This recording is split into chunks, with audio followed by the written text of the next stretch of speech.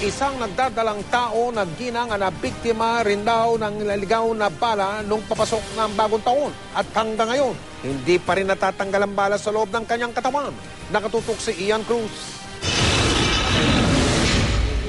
Bago magpalit ng taon, nakatayo lamang sa tapat ng bahay nila habang nanonood ng fireworks ang 36 anyos na ginang na si Lalaine Maondaya, 11 weeks na buntis.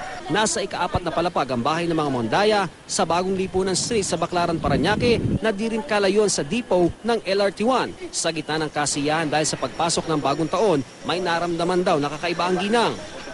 Nakatayo po kasi nanonood ako ng fireworks. Tapos po? Parang may biglang bumagsak sa balikat ko. Paano naramdaman mo? Mabigat siya eh.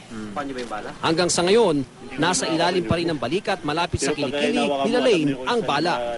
Ayon kay Lalaine, kailangan daw mga 2 buwan ang lumipas bago ma-opera at matanggal ang bala. Hindi raw kasi siya pwedeng basta-basta lang operahan dahil sa dinadala niyang sanggol. Malakas na dosage ng anesthesia ang i-inject sa akin. Buntis po kayo? Oo, yun. Baka hindi makayanin ng bata yung anesthesia na i-inject sa akin. Ayon kay Naher, asawa ni Lalaine, mabuti na lamang at walang tinamaan sa anak niya at iba pang bata na noy nasa rooftop. Galit ang naramdaman nila sa may gawa ng pagbaril sa ere na posibleng malapit lang daw sa bahay nila. Gusto ko yun para mabigyan siya ng leksyon yun kasi alam mo na bawal yun eh. Nagpapaputok pa.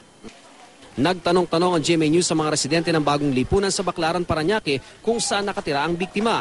Pero ayon sa mga residente, wala silang alam ng mga nagpaputok ng baril. Dito te, wala kayo na nagpaputok ng baril, nabalitaan? Wala po eh. Ha? Wala. Tuloy-tuloy rin ang investigasyon ng Parañaque Police. Pero hihintayin din daw nilang matanggal ang bala sa katawan ng biktima upang maipasuri nila ito sa crime lab. Ian Cruz, nakatutok. 24 Oras.